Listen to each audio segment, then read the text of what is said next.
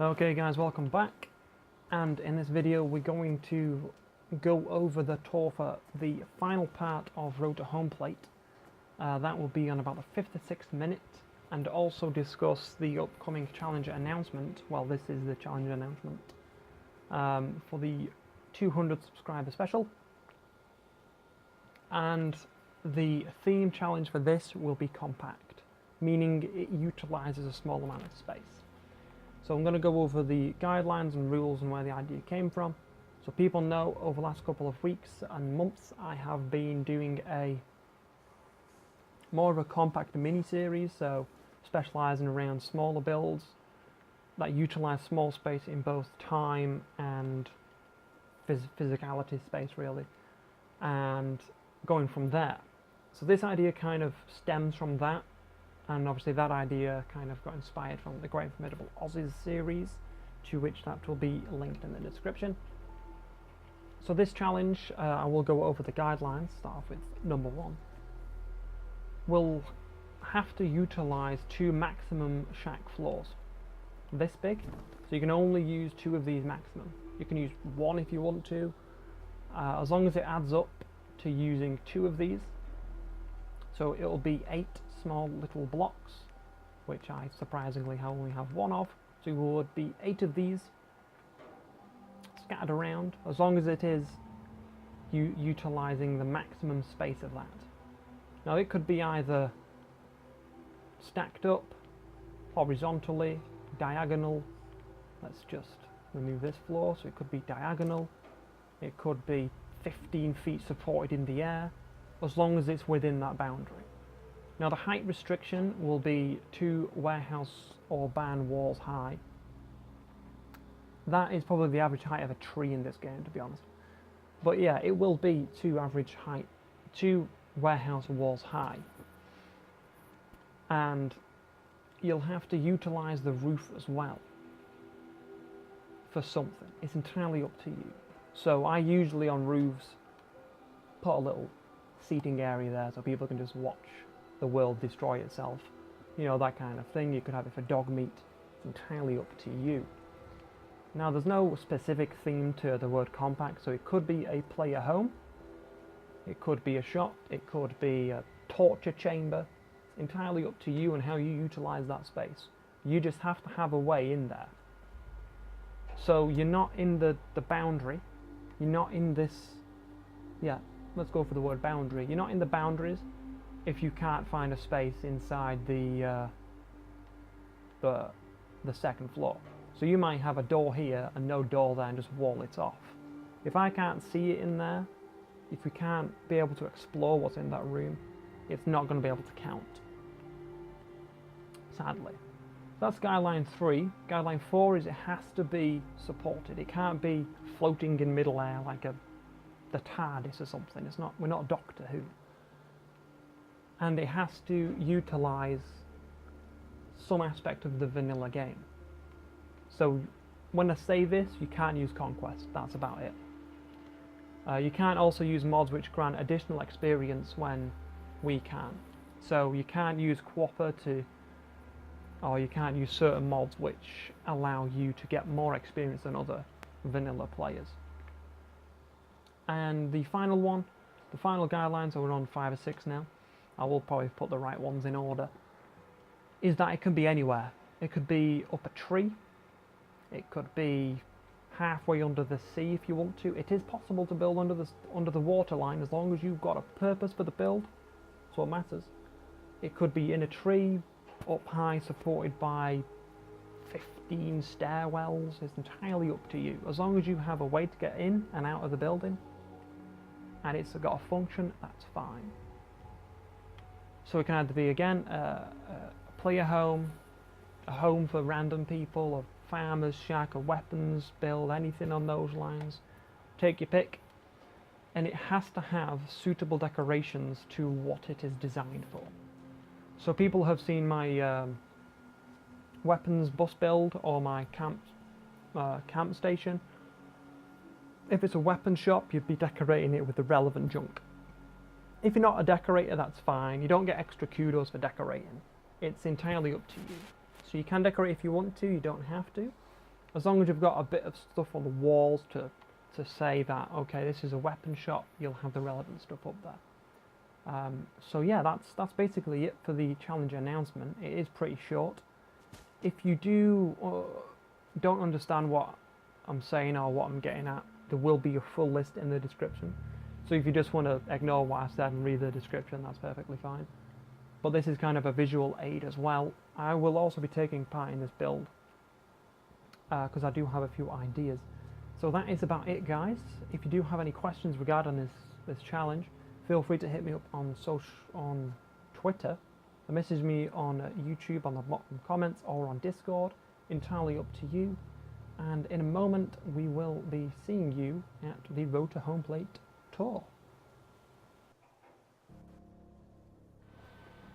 Alright guys, so we are at Homeplate, well, Diamond City, but you know, we're going to be exploring Homeplate in a few moments. But again, if you haven't gone over or seen the information about the challenge, just got to rewind a couple of minutes and you should be at the beginning.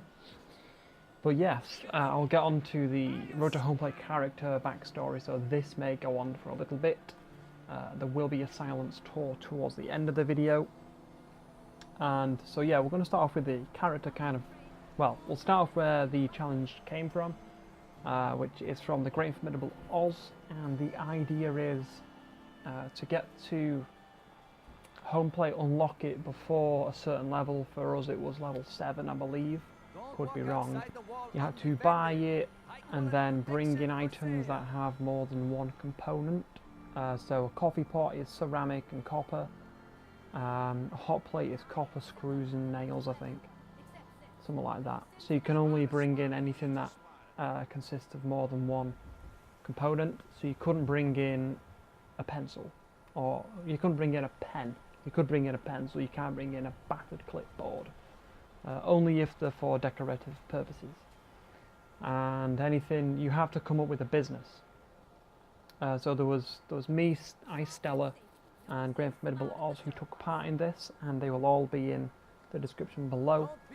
And there'll also be Great and Formidable Oz's channel at the end of the video. And moving on to the character, my character's guy, well, his name's called Ranger, for the point that, well, if you look at him, he is gone a bit aged since coming out of the vault. And let's just stand up a little bit. So the idea with Ranger is that he is a bit like a man in the shadows, if that's a right term. We'll go for that. And what he does, he'll help out settlements, anyone that needs help, and just get rewarded with a random assortment of stuff. So he's not Minutemen, but the idea with this is just like a blazer, like a little overall shirt. The armour's from the National Guard area near County Crossing, to which we did help out those people out as well. And we did get rewarded with a leather left leg, which is what we're wearing at the same time. And he goes out and helps settlements. He's been doing it for such a long time that he doesn't trust people with his real name, so he's got the nickname Ranger because he ranges around a certain area. And his only memory of his wife is his wedding ring. And we do have a little burn mark on his forehead, if you can see, above his goggles. Now, I don't know if anybody has ever put anything at the back of the freezer. This is a very odd thing to say, but if you put something at the back of the freezer, it will get a little charred look. It'll be very solid. It'll be solid. So the point is with this, he's got cryo damage to his brain, so he's suffered a bit of memory loss. And the idea is just to add a bit more character depth to it. So he can barely remember anything before the vault. Hence why he's got his wedding ring to remember. He's got Codsworth as well there. And he's wearing goggles just because fashion statement, you see. And he's got little scratches and stuff, just to say that he's been travelling. So yeah, let's get started anyway. He's not much more of a faction person. He's there to help the greater good, so he is basically a Minuteman kind of person. I haven't chosen a faction yet, but he would be Minutemen ideally. So the shop, we will get there at the first, but we'll go around the back area. We'll go around the back door. And that's my power armor. I'm glad no one stole it. So let's go through the front or the back. whichever. Now, the challenge, you had to create some form of income to your company, to your little house Homeplate. And I've decidedly gone for someone who collects random scraps of rubbish, just sells them there and then. So a bit like a trash can Carla. But I haven't thought of a name for Ranger yet, so trash can Carla's Carla.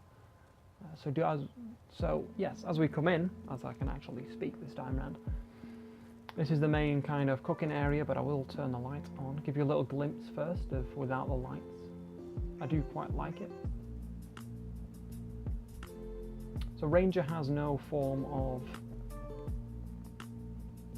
close possessions, so he has nothing that he's, very close with. People have like cars and family photos and stuff. The only thing he's worried about is his wedding ring. So we'll start again at the back door, and we'll go in a anti-clockwise manner. So over here is kind of, if you are a traveller, close friend, or someone we trust, you can come around to the back of the settlement and you can help yourself to a little seat. Again, I've used the rug lich. I've abused the rug lich, to be honest. And if you're a friend, companion, dog meat, or just someone that you trust, you can come sit down here, help yourself to some grub out of the barbecue. Yeah, it's called like a hot plate kind of barbecue thing, so it's like a giant grill, like a skillet basically. And you use a machete to mix it around and then chop off what you want, pop it on the table. You can also use the plunger to suction cup it out, but I don't think that works. So this has been decorated to next level in my opinion. This took me the longest. It took me just longer than the bookie shop from last week. So this is where you would primarily eat your grub. Again, standard dining area. I did glitch in the lamp. It does look pretty nice there, I do think. So yeah, the point of this little area initially was like a depot. The idea was from Loco 4-pack, and I actually really like it because it goes with a lot of builds. The idea was for a depot, and my character will just collect a variety of things and just sell them.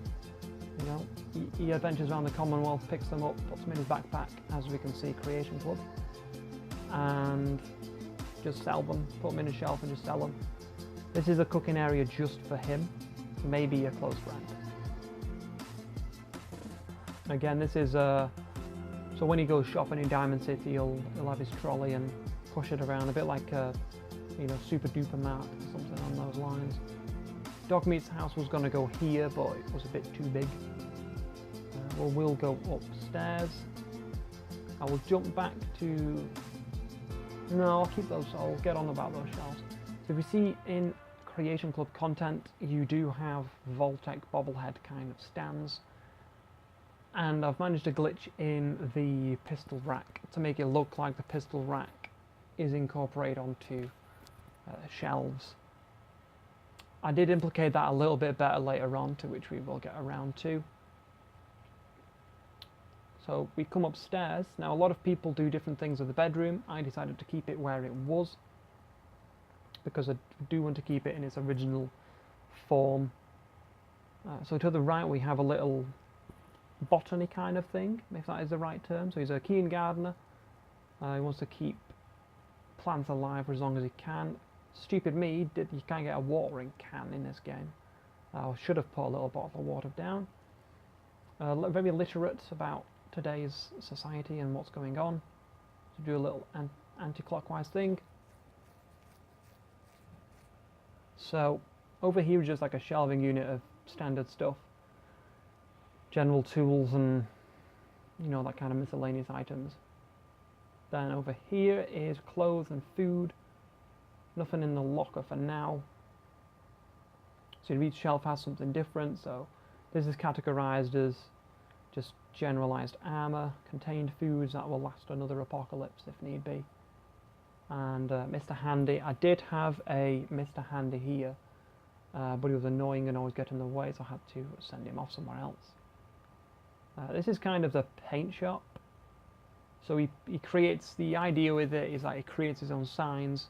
there isn't a shop out there that sells signs. So he creates his own out of offcuts of table. And the idea with this little fishing rack is that the signs dry themselves off. You know, you hang them there, they dry onto the rug below. You know, that's the idea anyway.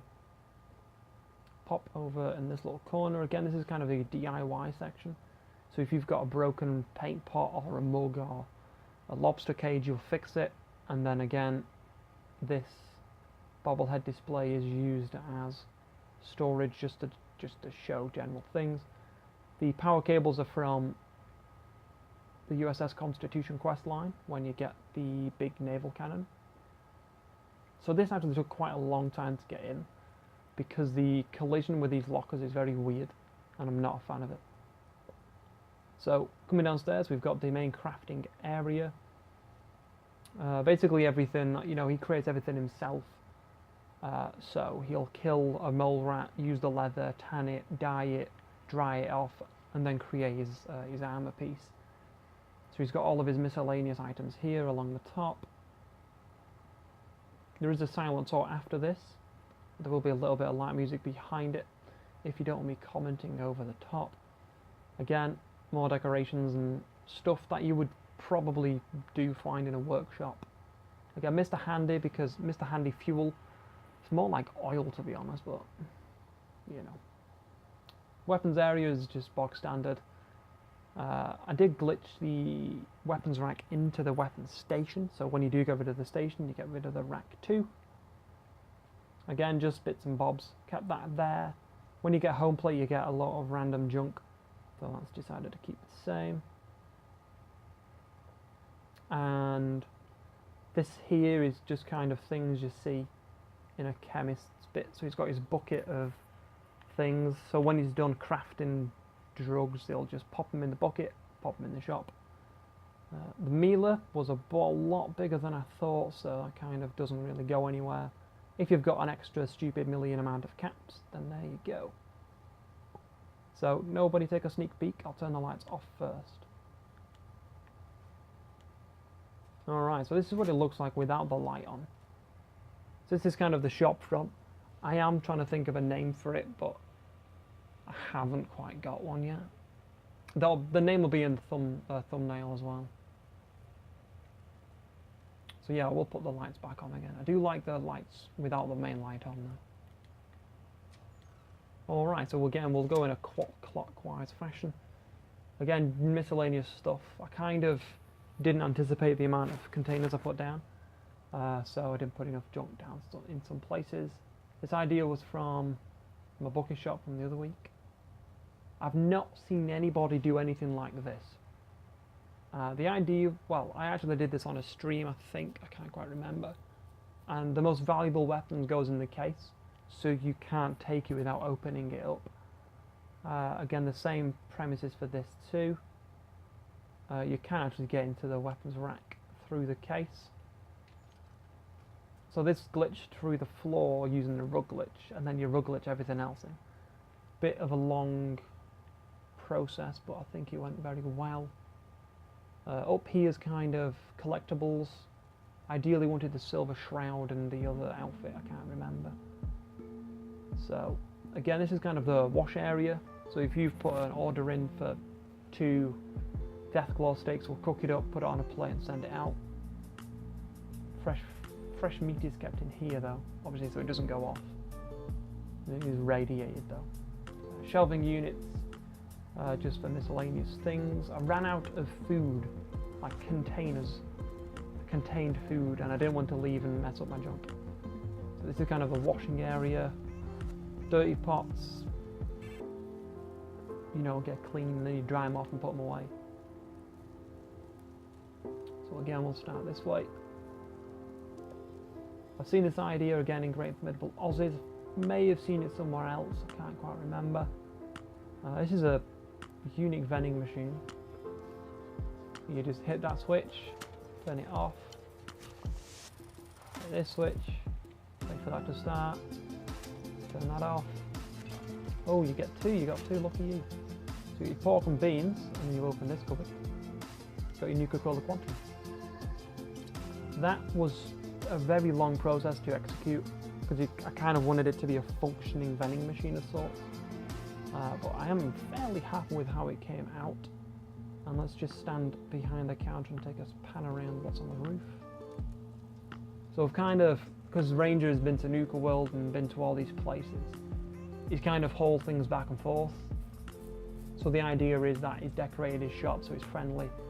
And he's got a variety of items in there for you to buy. Most of the weapons are behind the counter. So yeah, this is kind of, if you ever go into a bookshop, a lot of bookshops these days have kind of a graphic novel, posters area, comics. This is kind of where the idea came from. So again, this is the more executed bobblehead display glitched into the wall. So these posters are collected from like Mo Cronin, Trash Can Carla, multiple places. That's the idea. And you go into the comic book shop, you sell them for £25 each, and you can, you know, like swipe them to have a look at them. Book corner, pick up a book. Obviously, I did put a pair of glasses down, but I don't know where they went. You pick up a book, read it. If you want to buy it, you buy it. If not, sit on the floor. You know, that kind of thing. Comic books are a lot more rarer than actual posters these days. So comic books are obviously going to be a bit more expensive.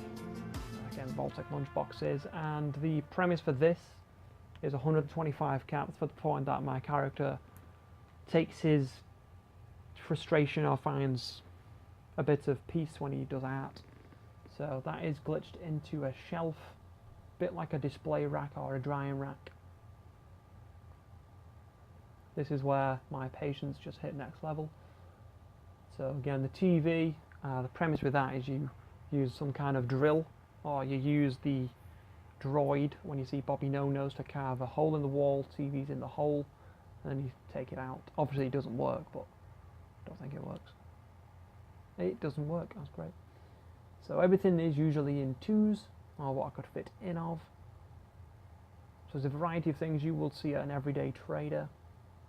So these are kind of the children's family area, a bit more of your adventurer. Then down here is your kitchen miscellaneous. So if you do have a settlement and it's not already marked on my map, then grab yourself a coffee, frying pan, you know, go from there. A mop in a bucket because you do spill coffee for this coffee area. We are in, well, there is Ice Stella's, she's got a very, very unique idea for her, very unique execution for her home plate. So this is kind of a throw in that direction. I would have called it like Ice Stella's Cafe or something. And then again, if you don't fancy leaving immediately, you can always get some grub. Sit down. So this is kind of an all-in-one trader. This bit probably took me the longest. This is kind of a home DIY kind of stuff. So if you don't fancy, if you need a certain item that it's hard to come by, we probably do have it. The idea before was to use tongs to get the meat out the barbecue, but that is about it. Again, everything's in shopping baskets, so it's easier. In this one, it's just miscellaneous. In that one, is duct tape, because it is pretty rare. And inactive distress pulsar. You can buy it, and ideally, you would program it for it to work. I have one in a box. I have one here. So ideally, if you're in danger, I can come and help. Seems like something fell off the shelf, but I'm not bothered. So again, all the decor is appropriately placed. Bathroom, you know, if you haven't brushed your teeth in 15 years, then here's the place to do it. And if you haven't gone to the toilet in a long time, there's a plunger. So yeah, that is about it. It took me a long time to build it, because I used a variety of glitches. I used the Super Mutant glitch probably the beginning of July, I'd say. I think that was in a stream some time ago, and that was a game changer for this challenge. It really was, because if you didn't have the pillar glitch, most of these ideas weren't even possible. And then again, once you buy your items, you get a free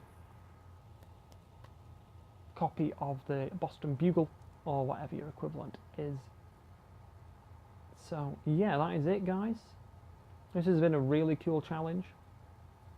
I did really like it, and I'm hoping by, let's just take some panoramas as well. I am hoping to get this video up Friday, which will be obviously today, the end of the week. And if you do want to take part in the challenge, don't be afraid, just put down a comment that you're going to take part. It can either be through Imgur or any kind of photo album. Just make sure you've messaged me, notified me to say that you're in. And yeah, the competition won't actually end. It doesn't have an official end date. So you can take part in 3 weeks, 3 days, 3 months, if you really want to, 3 years. So yeah, guys, if you want to take a part, just drop me a message. Hope you enjoyed this little build, and I really did enjoy the challenge, Oz. And if anyone else has a challenge going, I will be up for doing that as well. And I will hopefully see you in the next video or stream, guys. Have a nice weekend and see you soon.